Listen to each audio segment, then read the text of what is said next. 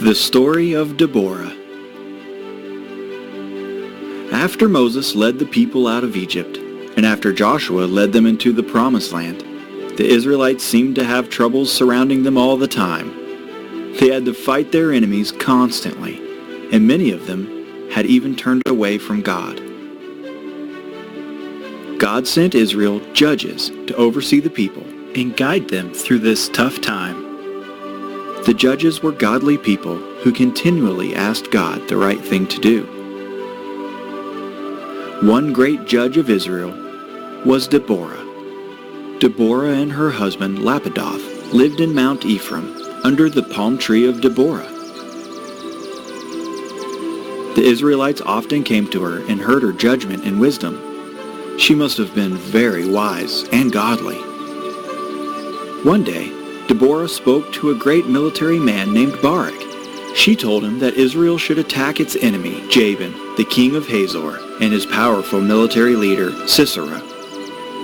Barak knew that God had blessed Deborah, so he told her that he would not go to war unless she agreed to go with him. Deborah agreed, but before they left for war, she made one thing clear. God was going to make the mighty leader, Sisera, die by the hand of a woman, not by Barak.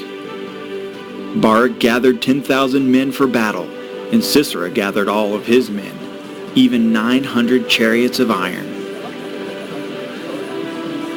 Once the battle started, it was clear that the Lord was with the Israelites.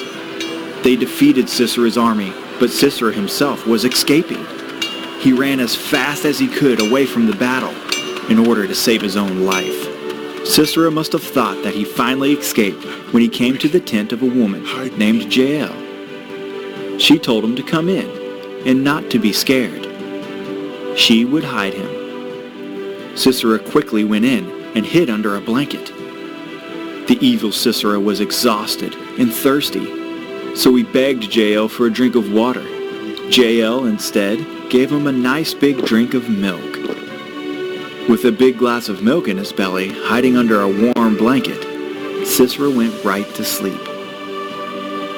That's when Jael quickly snuck in and killed the great and terrible leader Sisera, the enemy of Israel. When the mighty warrior Barak arrived at the tent to finally fight his nemesis, he found that a little woman named Jael had already done it. Deborah's words were true. God did deliver Sisera to the hand of a woman. Deborah and Barak celebrated the great victory that God had given them. They sang out in thanksgiving to the Lord.